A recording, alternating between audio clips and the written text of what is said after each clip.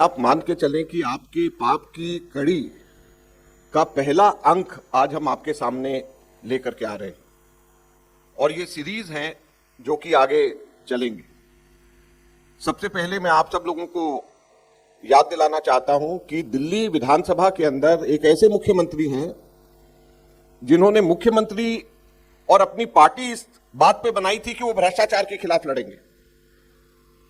Party इसलिए बनाई थी कि भ्रष्टाचार को उजागर करेंगे और उस जमाने में सीएजी की रिपोर्ट्स के आधार के ऊपर कांग्रेस पार्टी के ऊपर भ्रष्टाचार के आरोप लगाते थे।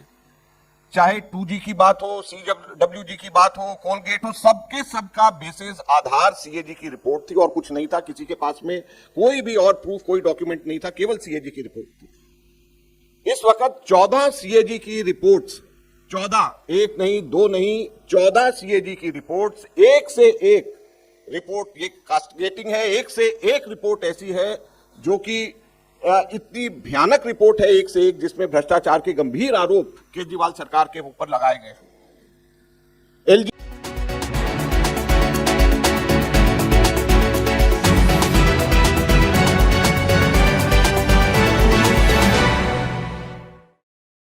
हम सबके सब लोग आपके सामने आज आए हैं। आप देख रहे हैं पीछे ऊपर लिखा हुआ है सबसे पहले आपके पाप। तो ये आप मान के चलें कि आपके पाप की कड़ी का पहला अंक आज हम आपके सामने लेकर के आ रहे हैं और ये सीरीज है जो कि आगे चलेंगे। सबसे पहले मैं आप सब लोगों को याद दिलाना चाहता हूं कि दिल्ली विधानसभा के अंदर एक ऐसे मुख्यमंत्री हैं जिन्होंने मुख्यमंत्री और अपनी पार्टी इस बात पे बनाई थी कि वो भ्रष्टाचार के खिलाफ लड़ेंगे। पार्टी इसलिए बनाई थी कि भ्रष्टाचार को उजागर करेंगे और उस जमाने में सीएजी की रिपोर्ट्स के आधार के ऊपर कांग्रेस पार्टी के ऊपर भ्रष्टाचार के आरोप लगाते थे। चाहे 2G की बात हो, CWG की बात हो, कोलगेट हो, सबके सबका बेसिस आधार सीएजी की रिपोर्ट थी और कुछ नहीं था। किसी के पास में कोई भी और प्रूफ, कोई डॉक्यूमेंट नहीं था, केवल सीएजी की रिपोर्ट थी। इस वक्त 14 सीएजी की रिपोर्ट्स, 14, एक नहीं, दो नहीं, 14 सीएजी की रिपोर्ट्स, एक से एक रिपोर्ट, ये कास्टिगेटिंग है, एक से एक रिपोर्ट ऐसी है जो कि इतनी भयानक रिपोर्ट है, एक से एक, जिसमें भ्रष्टाचार के गंभीर आरोप केजरीवाल सरकार के ऊपर लगाए गए। एलजी साहब ने कहा कि केजरीवाल रोक रहे हैं, केजरीवाल कहते हैं कि एलजी रोक रहे हैं, लेकिन फायदा केजरीवाल को हो रहा है रुकने का, क्योंकि वो एक्सपोज हो रहे हैं। तो आज हम उन्हीं केजरीवाल से पूछना चाहते हैं कि आप हमें यह बताएं कि ये भ्रष्टाचार के से भरे हुए पन्ने, जिसको एक ऐसे ही एक पन्ने को 14 में से एक जो कि हेल्थ के मुताल्लिक है, जिसके अंदर मैंने ये देखा और पाया 382 करोड़ रुपए का घोटाला केजरीवाल के ऊपर सीधे सीधे इसके अंदर है। 382 करोड़ का घोटाला। सबसे पहले ये घोटाला क्यों है, कैसे है, कहने से पहले मैं अनुरोध करूंगा अभय जी को कि एक 10 सेकंड का वीडियो आप लोगों को केजरीवाल जी का ही सुनाएं और हम फिर उससे शुरू करेंगे कि ये घोटाला क्या है। ये तो गिनीज बुक में आना चाहिए कि भारत में एक दुनिया में एक ऐसी सरकार भी है जो हर काम में पैसे बचाती है। दिल्ली में हम टाइम के पहले काम कर लेते हैं और जितने का बनना होता है उसमें हर एक काम में पैसे बचाते हैं। दो चीजें केजरीवाल जी कह रहे हैं कि टाइम से पहले कर लेते हैं और पैसे बचाते भी हैं। तो ये सीएजी की रिपोर्ट ये कहती है कि पिछले 10 वर्षों के अंदर 3 हॉस्पिटल्स सिर्फ बन करके तैयार हुए और वो तीनों के तीनों हॉस्पिटल्स ऐसे हैं, नए हॉस्पिटल्स या एक का एक्सटेंशन है, वो तीनों के तीनों की शुरुआत कांग्रेस के समय पे हुई। अब इंदिरा गांधी हॉस्पिटल, उसके अंदर डिले जो हुआ वो 5 साल का था। बुराड़ी का हॉस्पिटल डिले 6 साल का, Maulana Azad dental hospital delay 3 साल का। लेकिन यह सिर्फ डिले नहीं है, जितने का टेंडर अमाउंट था उसके ऊपर खर्च, फालतू खर्च, जो कि केजरीवाल कहते हैं कि जो सैंक्शन टेंडर अमाउंट होता है मैं उससे कम कर देता हूं। इंदिरा गांधी हॉस्पिटल के अंदर 314 करोड़ फालतू खर्च हुए, बुराड़ी हॉस्पिटल के अंदर 41 करोड़ फालतू खर्च हुए और मौलाना आजाद डेंटल के अंदर 26 करोड़ रुपया फालतू खर्च हुआ। कुल 382 करोड़ 52 लाख रुपए फालतू खर्च हुए टेंडर अमाउंट से। ये मैं नहीं कह रहा, ये सीएजी की रिपोर्ट कह रही है, और इसलिए केजरीवाल इस सीएजी रिपोर्ट के ऊपर बैठ गया और इसको विधानसभा में पेश नहीं होने दिया। ये मैं सीधे सीधे केजरीवाल साहब की सरकार और केजरीवाल के ऊपर आरोप लगा रहा हूं कि सीएजी रिपोर्ट को रोकने का कारण सबसे बड़ा ये है। और यही नहीं, इस सीएजी की रिपोर्ट ने बहुत सारी और कमियां, जो कि ये कहते हैं कि हमने वर्ल्ड क्लास इंफ्रास्ट्रक्चर तैयार कर दिया, उसके लिए ये कहती है, और वो हम एक एक करके आपको बताते हैं। सीएजी का ये कहना है कि 2007 से लेकर 2015 के बीच 15 प्लॉट्स दिल्ली सरकार ने एक्वायर किया और उसमें से एक भी जगह काम शुरू नहीं किया। 15 प्लॉट जहां पे हॉस्पिटल्स बन सकते थे, डिस्पेंसरीज बन सकते थे, वहां पे कहीं पर भी काम शुरू नहीं किया। यही नहीं, 2016-17 से लेकर के 2021-22 तक इंफ्रास्ट्रक्चर प्रोजेक्ट्स में जितने पैसे सैंक्शन हुए, उसमें से 2623 करोड़ रुपया लैप्स हो गया, खर्च ही नहीं कर पाए। और ये वो समय है, अगर आप याद रखें, जब कोविड आ रहा था। कोविड से पहले का और कोविड के दौरान और कोविड के बाद का समय केजरीवाल साहब की सरकार का एक खंडी नेग्लिजेंस है, हम ये कहना चाहेंगे। 2623 करोड़ रुपया लैप्स हो गया, जो ये खर्च ही नहीं कर पाए। आज इनको इस चीज का भी जवाब देना पड़ेगा। यही एक कारण था जिसकी वजह से इन्होंने वहां पे सीएजी की रिपोर्ट पेश नहीं करी। कोविड के दौरान कुल केंद्र सरकार से 635 करोड़ रुपए इनको मिले, और उसमें से 635 करोड़ में से 360 करोड़ रुपया खर्च ही नहीं कर पाए। दिल्ली में कोविड के दौरान लाशों का अंबार था, हॉस्पिटल बेड्स नहीं थे, आईसीयू नहीं थी, ऑक्सीजन नहीं था, और केंद्र सरकार से जो ग्रांट दिल्ली को मिला उसमें से 56% ये खर्च ही नहीं कर पाए, लैप्स हो गया, जो पैसा इनको केंद्र सरकार को वापस करना पड़ा।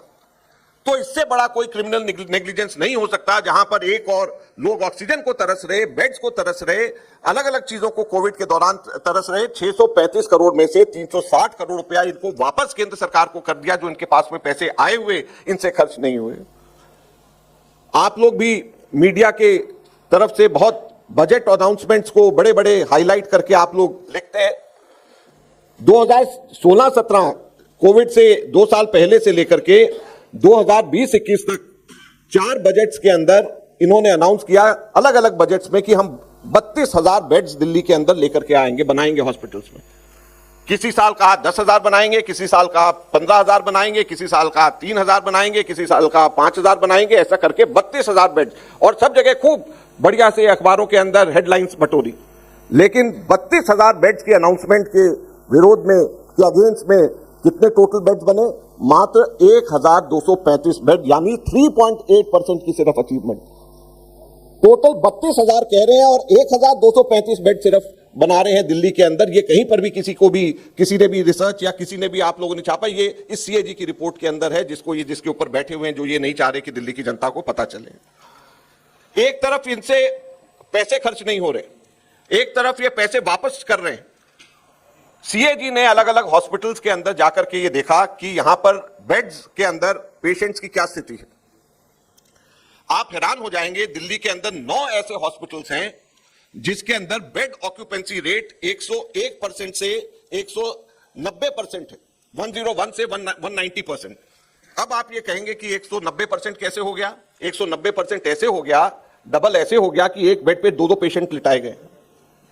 दिल्ली के अंदर, राष्ट्रीय राजधानी के अंदर 9 ऐसे हॉस्पिटल्स हैं, सीएजी की रिपोर्ट कहती है कि जिसमें 101 से 190% जहां पर ऑक्यूपेंसी रेट्स हैं, यानी एक बेड के ऊपर एक आदमी, एक पेशेंट की जगह 2-2 पेशेंट लिटाए गए हैं। 9 ऐसे हॉस्पिटल्स हैं।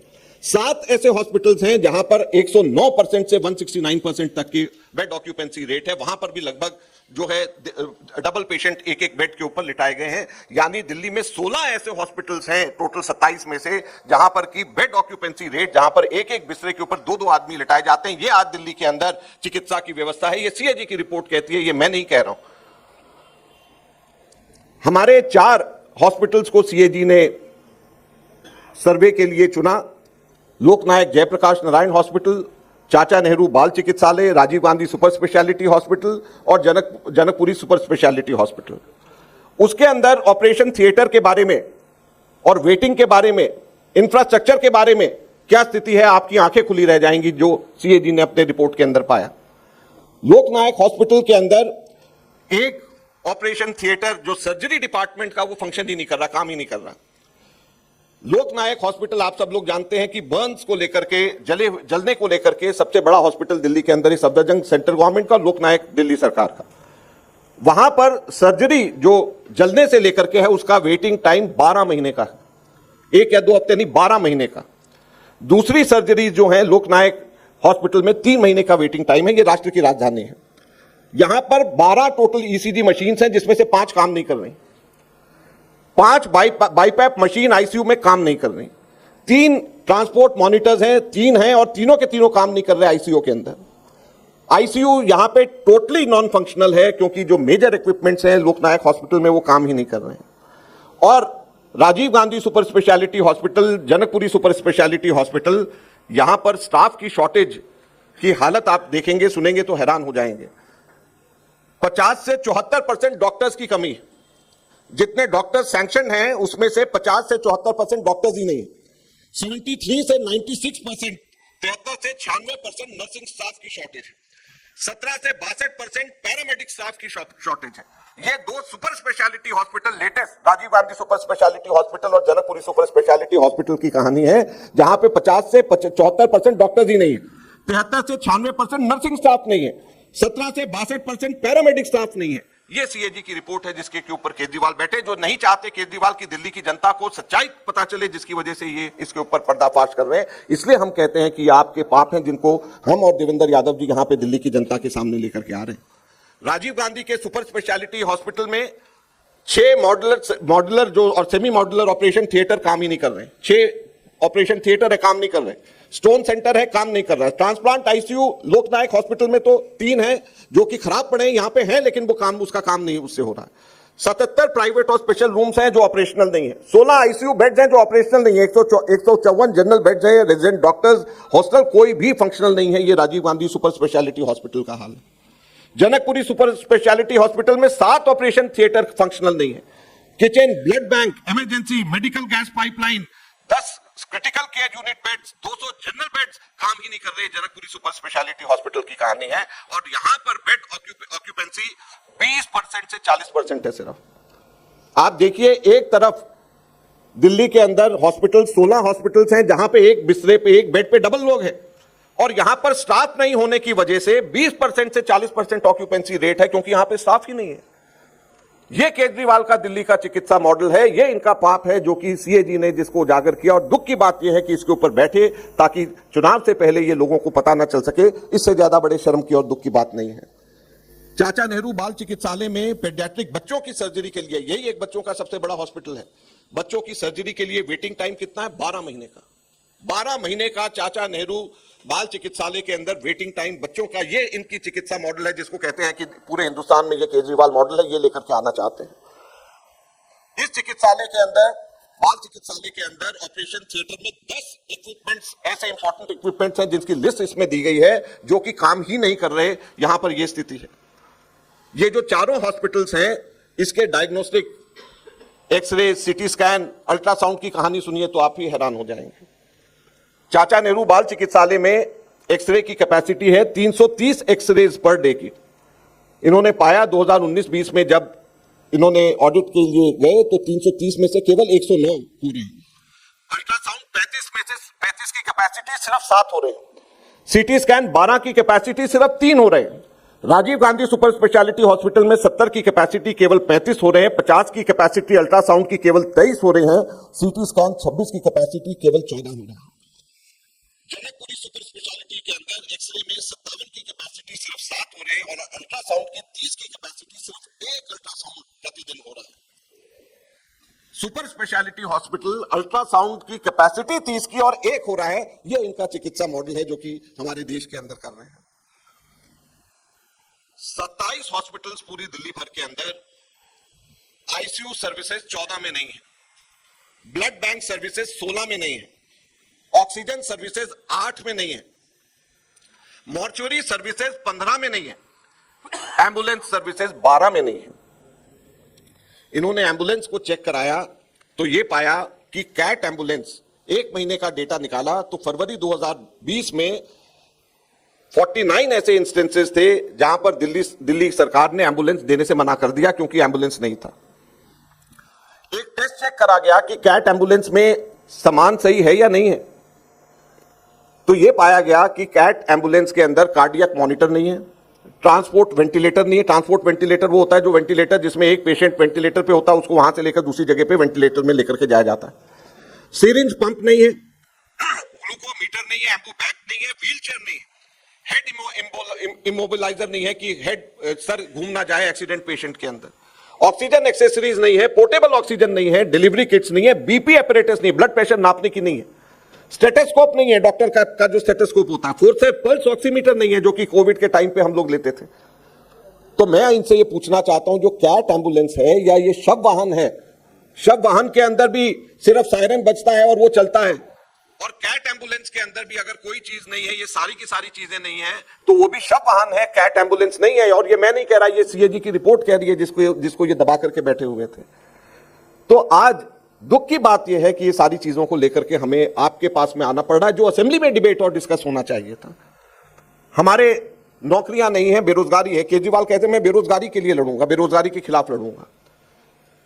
दिल्ली के हेल्थ सेक्टर में 8,194 वैकेंसीज हैं जो कि ये फुलफिल नहीं करा पा रहे। कितनी? एक दो नहीं, 8,194।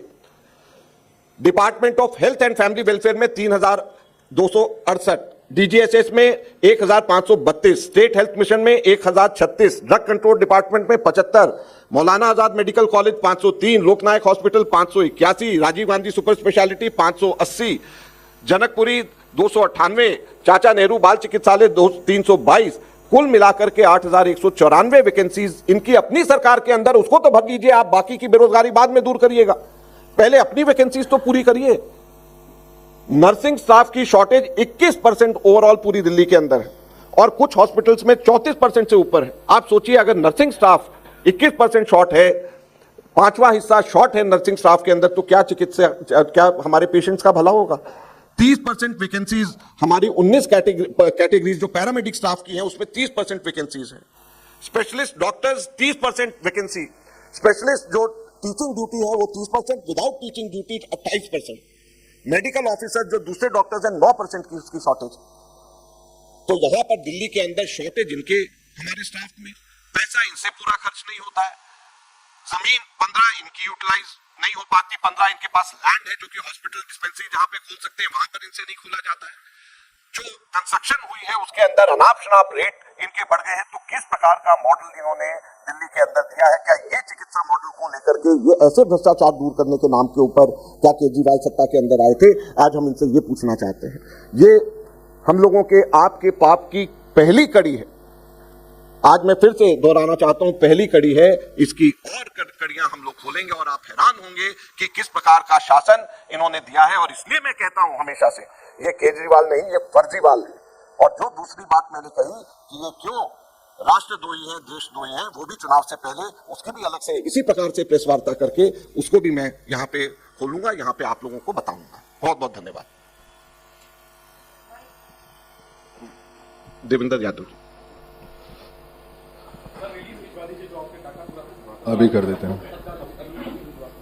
नमस्कार साथियों, बहुत बहुत धन्यवाद आप सभी का दिल्ली की जनता को जागरूक करने के लिए। और आपके ही नहीं, मैं कहूँगा सर बीजेपी के भी पाप इसमें शामिल हैं। और ये बात मैं इसलिए कह रहा हूँ क्योंकि ये वही सीएजी रिपोर्ट है जो लगातार सालों साल डिले की गई है। और क्योंकि हमारी जो दिल्ली की व्यवस्था है वो, अगर आम आदमी पार्टी इसको टेबल नहीं करना चाहती थी तो इसको पार्लियामेंट में भी टेबल किया जा सकता था। तो कहीं ना कहीं भारतीय जनता पार्टी और आम आदमी पार्टी दोनों के पाप सामने लाने के लिए आदरणीय अजय जी का बहुत बहुत धन्यवाद।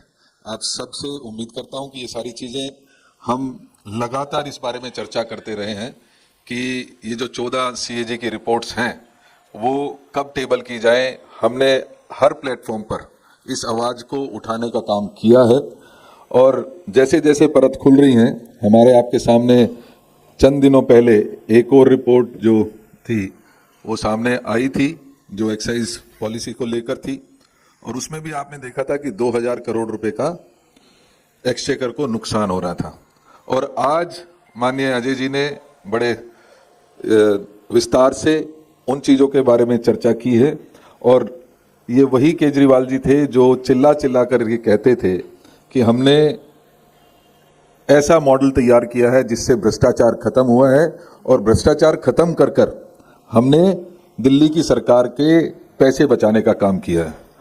आज मैं उनके ऊपर यह भ्रष्टाचार का आरोप लगाना चाहता हूं कि जो 382 करोड़ रुपए उन सिर्फ तीन प्रोजेक्ट्स में जो कांग्रेस की सरकार में चालू हुए थे, शुरू हुए थे, उनमें 382 करोड़ का जो ये घोटाला है ये सामने लाया गया है, और किसी और के द्वारा नहीं। सीएजी की रिपोर्ट आपको बिल्कुल स्पष्ट रूप से आदरणीय अजय माकन जी ने बताया कि सीएजी की रिपोर्ट के अनुसार 382 का लॉसेस दिल्ली की गवर्नमेंट को हुआ है। तो इसका जिम्मेदार कौन है? और इसके साथ साथ इन लैप्सेस के चलते, चाहे वो 3 साल की डिले है सर, चाहे 6 साल की डिले है, चाहे अन्य जो डिले इन प्रोजेक्ट्स में हुई है, और उस लापरवाही की वजह से जाने वाली जान जो दिल्ली की एक एक महत्वपूर्ण थी, खासतौर पे उस समय पर जब कोविड का समय चल रहा था। और मैं इस बात के लिए पूरी तरीके से केजरीवाल जी को जिम्मेदार ठहराना चाहता हूं, और मुझे लगता है कि इसकी जांच निश्चित ही जो हायर अथॉरिटीज हैं, इन्वेस्टिगेशन एजेंसीज हैं, उनको सौंपी जानी चाहिए। ना सिर्फ 382 करोड़ के घोटाले की, बल्कि जो एक एक जान इस दौरान हेल्थ सर्विसेज की वजह से गई है, उसकी जिम्मेदारी भी केजरीवाल जी को लेनी चाहिए। तो मैं सिर्फ इतनी ही बात आपके साथ कहना चाहता था। बहुत बहुत धन्यवाद।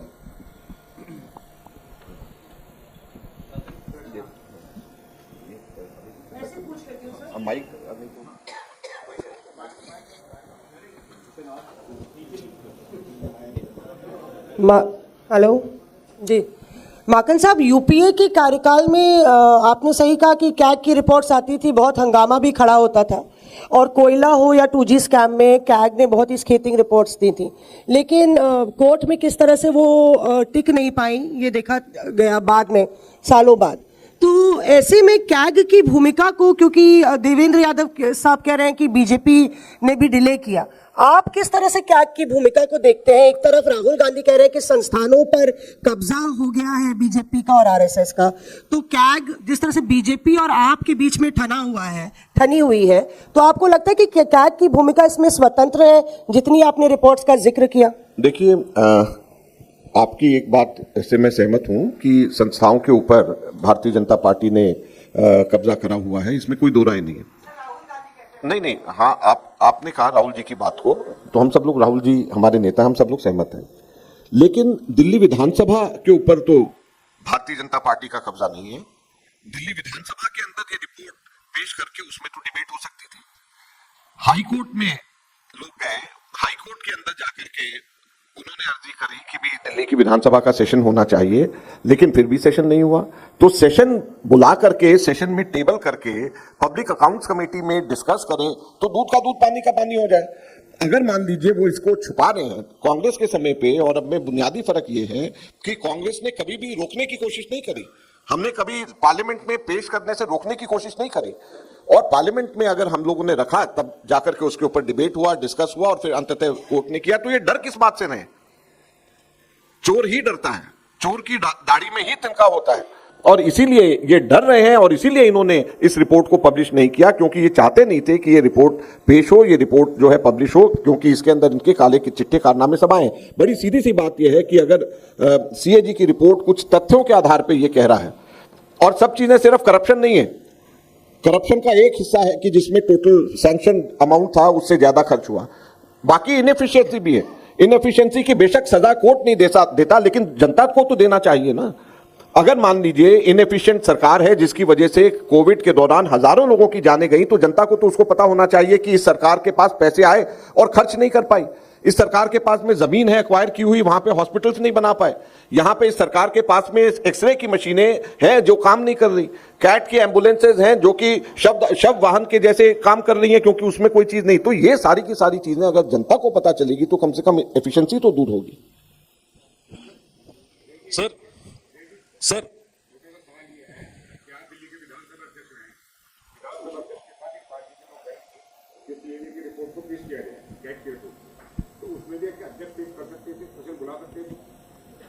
देखिए, अध्यक्ष के पास में सीमित पावर होती है। सेशन साधारणतः सरकार बुलाती है, सरकार का ही पावर होती है सेशन बुलाने का, लेकिन पीएसी को अगर अध्यक्ष चाहें तो दे सकते थे।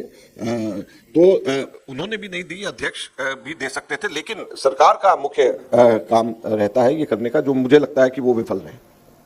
सर माकन सर इस मुद्दे पर सर इधर इस तरफ सर इस मुद्दे पर दो सवाल हैं। एक सवाल और है कि ये जो 382 करोड़ के भ्रष्टाचार का आरोप आप सीएजी रिपोर्ट के हवाले से लगा रहे हैं, इसमें सीएजी ने क्या 382 करोड़ के करप्शन की बात कही है? क्योंकि लागत बढ़ना करप्शन ही नहीं होता, तो सीएजी ने क्या एग्जैक्टली कहा है?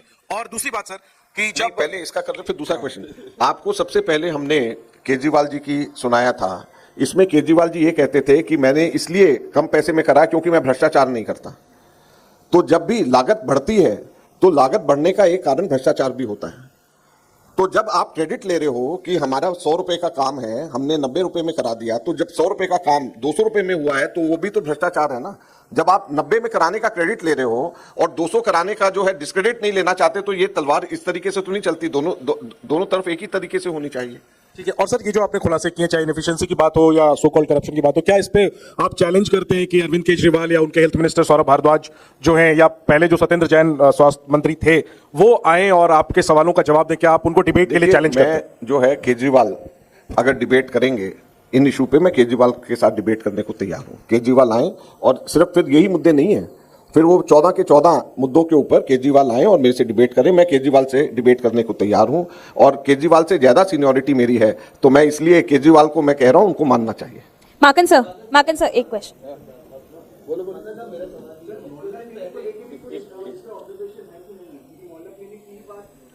देखिए, मैंने कहा ये पहली कड़ी है, तो कुछ चीजें आगे की कड़ी के लिए भी क्योंकि मैं कम्युनिकेशन का भी जनरल सेक्रेटरी इंचार्ज रहा, मुझे पता है कि एक बार में एक चीज की बात करनी चाहिए, अगली बार हम अगली बात करेंगे।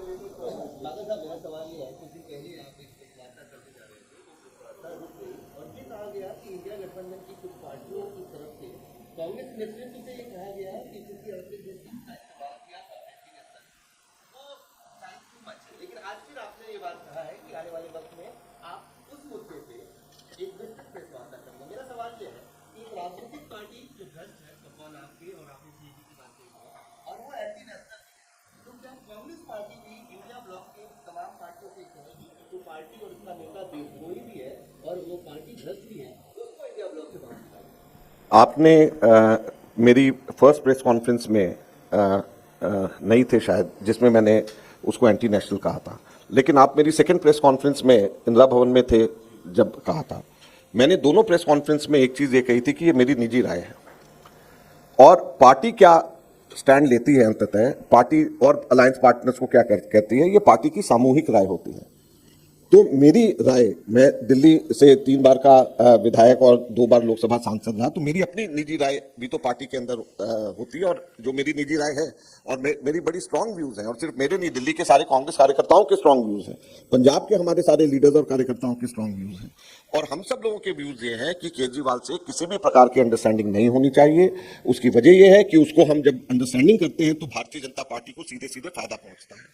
मैंने ये भी कहा उस वक्त कि केजरीवाल जब से दिल्ली के अंदर जीत रहे हैं, जब से भारतीय जनता पार्टी केंद्र के अंदर सरकार बना रही है और 7 सीटें दिल्ली के अंदर भारतीय जनता पार्टी जीत रही है, तो केजरीवाल भारतीय जनता पार्टी को रोकने में विफल हैं। जब शीला दीक्षित मुख्यमंत्री थी, कांग्रेस की सरकार थी, हम 7 सीटें यहां पर हम जीतते थे और हम अपनी सरकार बनाते थे, इसलिए कांग्रेस का अपने आप में मजबूत होना जरूरी है।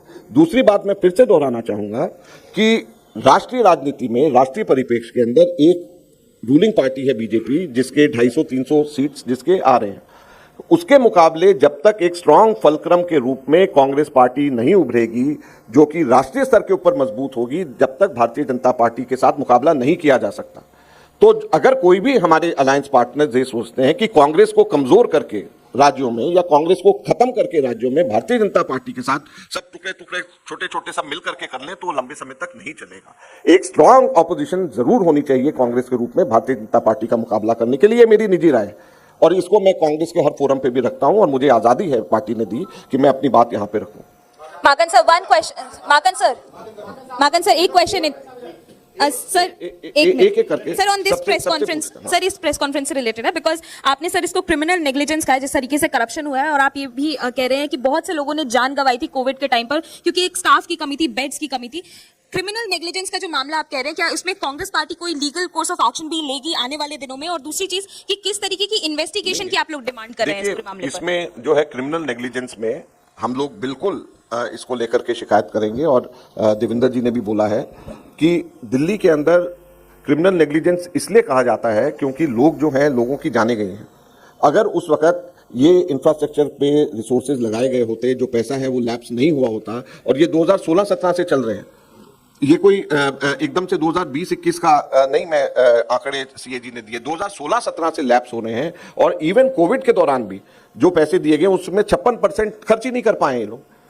तो जब इस तरीके की नेग्लिजेंस हो तो वो तो क्रिमिनल नेग्लिजेंस ही हुई ना। माकन साहब, राहुल गांधी जी ने एक रैली करी, उनकी 3 रैली और प्रपोज्ड है, लेकिन इसमें कहीं नई दिल्ली नहीं है, कहीं पर भी कालका जी नहीं है। ये एक स्ट्रैटेजी का पार्ट है या कोई रियायत देने? आप जो है आज तो विड्रॉल अभी परसों शाम को हुआ है और राहुल जी जो हैं कल उनकी तबीयत ठीक नहीं थी, वहां भी नहीं जा पाए, तो अभी मतलब इससे जल्दी तो वो नहीं निकल सकते ना। और विड्रॉल से पहले कैंपेन को हिट कर दिया उन्होंने और सीलमपुर में जाकर के मीटिंग करी, अपनी बात मजबूती से रखी। तो कांग्रेस के यहाँ पर इस जगह के ऊपर हमारे सारे जितने पूर्व मुख्यमंत्री वो आ चुके हैं, रूलिंग पार्टी के स्टेट के वो लीडर्स यहाँ पर आ चुके, मुख्यमंत्री उप मुख्यमंत्री आ चुके। मैं एआईसीसी का ट्रेजर यहाँ पर दूसरी मैं यहाँ पे कर रहा हूँ। संदीप दीक्षित हमारे टॉलेस्ट, शीला दीक्षित जी के सुपुत्र और सबसे बढ़िया लीडर हमारे दिल्ली के, सबसे सजग लीडर दिल्ली के, वो डोर टू डोर जाकर के रोज कैंपेन कर रहे हैं। तो कांग्रेस पूरी मजबूती ताकत के साथ में लगी हुई है। सर इधर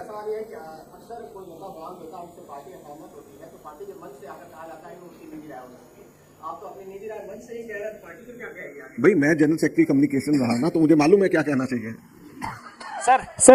सर माकन सर, एक सवाल है, राहुल गांधी के रैली को लेकर है। पहली रैली सीलमपुर में हुई, आज इंद्रलोक में और मुस्तफाबाद में है। बीजेपी ये आरोप लगा रही है कि राहुल गांधी सिर्फ मुस्लिम इलाकों में रैली कर रहे हैं। बीजेपी आरोप लगा रही है, आम आदमी लगा रही है। अच्छा नहीं, मैं देखिए ऐसा है कि जो है राहुल जी कहाँ रैली करें ये कांग्रेस पार्टी तय करती है और कांग्रेस के कार्यकर्ता तय करते हैं, और उस आधार के ऊपर तय होता है जहां पर राहुल जी जाएं और कांग्रेस को फायदा पहुंचे। अजय सर एक second. Ajay sir, actually, BJP's candidate from New Delhi constituency, Parvesh Verma, has alleged that Aam Aadmi Party is using the Punjab government machinery to influence the election here.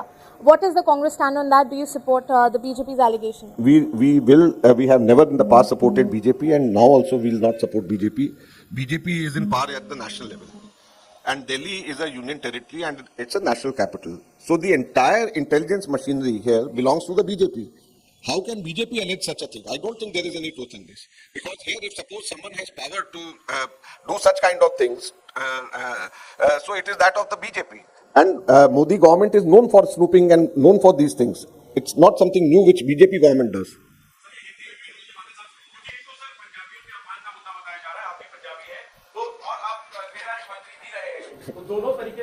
देखिए ये जो है, ये दोनों पार्टियां आपस में इस तरीके के मुद्दे उठाती हैं ताकि इनके अपने परफॉर्मेंस की बात और चर्चा ना हो।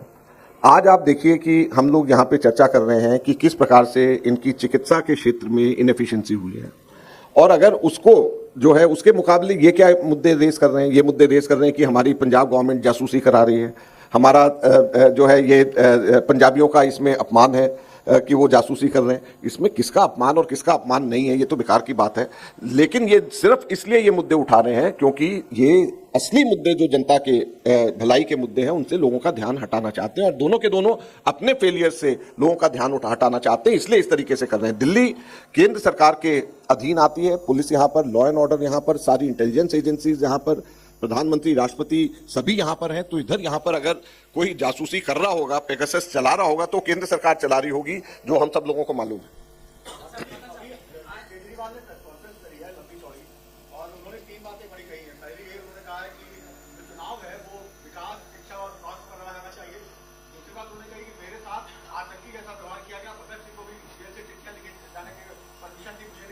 और तीसरी बात उन्होंने कही है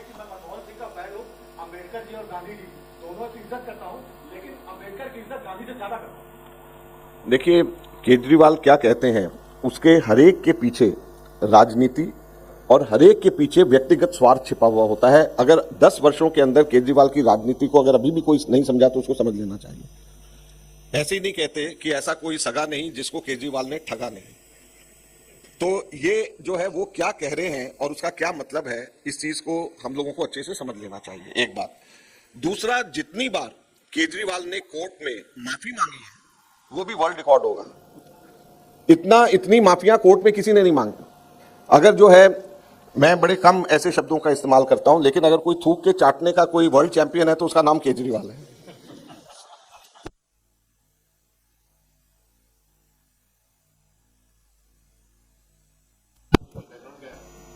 इसलिए राइट।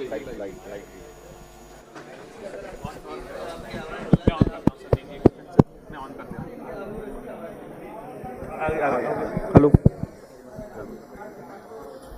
अब आप ये देखिए कि उसने सबसे पहले मीटिंग करके ये एक लिस्ट बनाई सबसे भ्रष्ट लोगों की, और जो जो भ्रष्ट लोगों के अंदर टॉप 10 लोग थे सबके घर जाकर के माफी भी मांगा है उसके बाद, और उनमें से कईयों को वकील भी अपना बना दिया। सोचिए, जिनको कहते थे ये सबसे बड़े भ्रष्ट व्यक्ति हैं, इनको वोट नहीं देना, इनको हराना है 2013-14 के अंदर, उन्हीं को घर जाकर के उनको बना करके उनको इन्होंने अपना वकील भी बना दिया। जिस सिरसा के खिलाफ में ड्रग्स का चार्ज इन्होंने लगाया, उससे सिरसा से जाकर के माफी मांग ली रिटर्न में। नितिन गडकरी से रिटर्न में माफी, कपिल सिब्बल से रिटर्न में माफी। कौन सी ऐसी पार्टी का लीडर है जिससे इसने रिटर्न में माफी इन्होंने नहीं मांगी? तो अगर ऐसे व्यक्ति के बारे में कि वो क्या बोल रहा है, क्या सोच रहा है, आप पूछना चाहते तो मेरे ख्याल से क्या हम बोले उसके बारे में। मतलब वो आज बोल रहे हैं, कल को माफी मांग लेंगे। मनमोहन सिंह जी के बारे में आज वो बोल रहे हैं। मनमोहन सिंह जी को सबसे ज्यादा दुख अगर किसी ने पहुंचाया है तो उसका नाम केजरीवाल है। सबसे ज्यादा दुख मनमोहन सिंह जी की सरकार के खिलाफ, मनमोहन सिंह जी के खिलाफ जितनी टिप्पणियां सबसे ज्यादा उसने करी है, सबसे शरीफ, सबसे ईमानदार आदमी हमारे देश का कोई अगर नेतृत्व के अंदर माना जाएगा तो मनमोहन सिंह जी को हम लोग मानेंगे। और उनके जैसे व्यक्ति के खिलाफ में उनको परेशान करना, अगर किसी ने सबसे ज्यादा परेशान किया है, दुख पहुंचाया है, तो उसका नाम अरविंद केजरीवाल।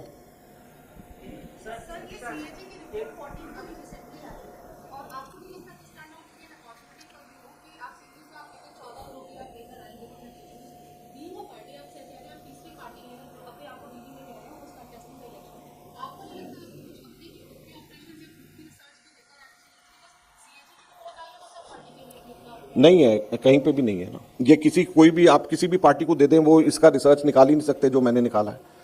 क्योंकि असेंबली के अंदर, दिल्ली विधानसभा के अंदर मैं 12 साल रहा, और 12 साल के 12 साल बजट के ऊपर मैं अपनी पार्टी से पहले बोलता था, चाहे मैं रूलिंग में था चाहे ऑपोजिशन में था। तो कोई कारण था?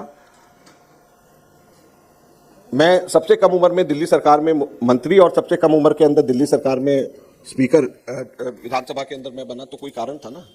और हमारी कांग्रेस के अंदर ऐसे ऐसे लोग हैं जिनको अगर मौका मिले काम करने का, और पहले भी दिखाया है, संदीप दीक्षित से बेहतरीन कोई व्यक्ति नहीं हो सकता जो दिल्ली के अंदर शीला दीक्षित जी की लेगेसी को ले जा सके आगे। देवेंद्र यादव जी के बारे में आप इनके इलाके के अंदर पूछिए कि किस प्रकार से सेवा इन्होंने करी है, चाहे जीते चाहे नहीं जीते। तो कांग्रेस का कोई मुकाबला नहीं कर सकता।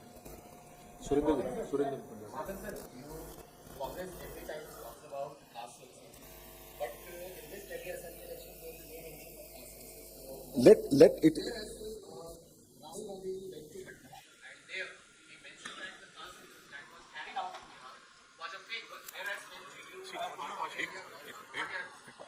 देखिए, first of all, the campaign has just begun. It is not that we are nearing the end of the campaign. Secondly, in Silampur, my colleagues are informing me, he mentioned about the caste census. So I think the campaign has just begun, and we'll be speaking on all issues which Congress has been taking up at the national level. We'll take up all such issues. है?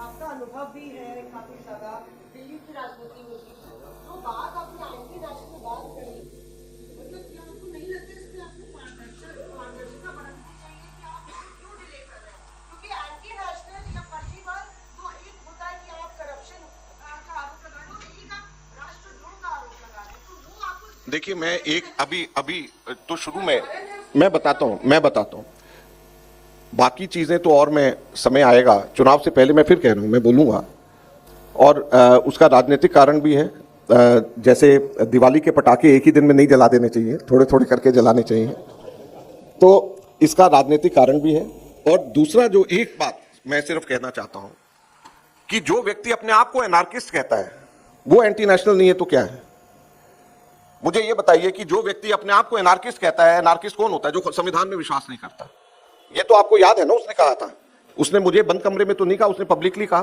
तो जो व्यक्ति अपने आप को anarchist कहता है और वहीं से उसने राजनीति शुरू करी है तो वो एंटी नेशनल क्यों नहीं है नेशनलिस्ट तो वो होते हैं जो संविधान में विश्वास करते हैं वो खुद ये कहता है कि मैं जो है एनार्किस्ट हूं तो फिर जब वो खुद कह रहा है मैं एनार्किस्ट हूं तो फिर एंटी नेशनल क्यों नहीं है बाकी चीजें समय आएगा मैं बोलूंगा अब ये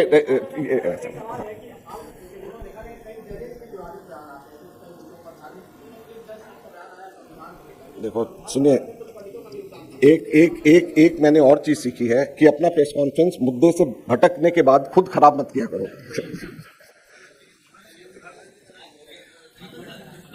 इसका हो गया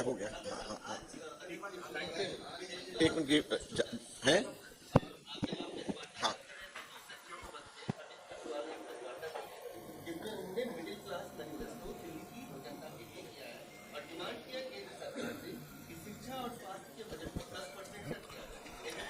देखिए दिल्ली का जो स्वास्थ्य का बजट है वो 0.7% ऑफ जीडीपी है और जीएसडीपी है 0.7% ऑफ जीएसडीपी है जबकि नेशनल हेल्थ मिशन के अंदर इसका टारगेट 2.5% रखा गया है सेंट्रल गवर्नमेंट का जो total health budget central government का है वो 1.7% ऑफ जीडीपी है नेशन का 1.7% और दिल्ली सरकार का 0.7% ऑफ जीएसडीपी है आप समझते हैं 0.7 और 1.7% में कितना फर्क है टारगेट 2.5% का है तो क्या बात वो करते हैं budget middle class air pollution की हालत देख लीजिए दिल्ली में कोई रहना नहीं चाहता गंदगी देख लीजिए दिल्ली के अंदर सड़क के गड्ढे देख लीजिए दिल्ली के अंदर आधे समय के ऊपर तो हमारे को साल के अंदर अपनी गाड़ियां अंदर रखनी पड़ती हैं ग्रैब 4 लग जाता है तो क्या मिडिल क्लास की बात कर रहे हैं 10 साल दिल्ली को बर्बाद कर दिया शीला दीक्षित जी मिडिल क्लास की बात करती तो समझ में आता कांग्रेस मिडिल क्लास की बात करती तो समझ में आता ये कौन से हैं मिडिल क्लास की बात कर रहे हैं धन्यवाद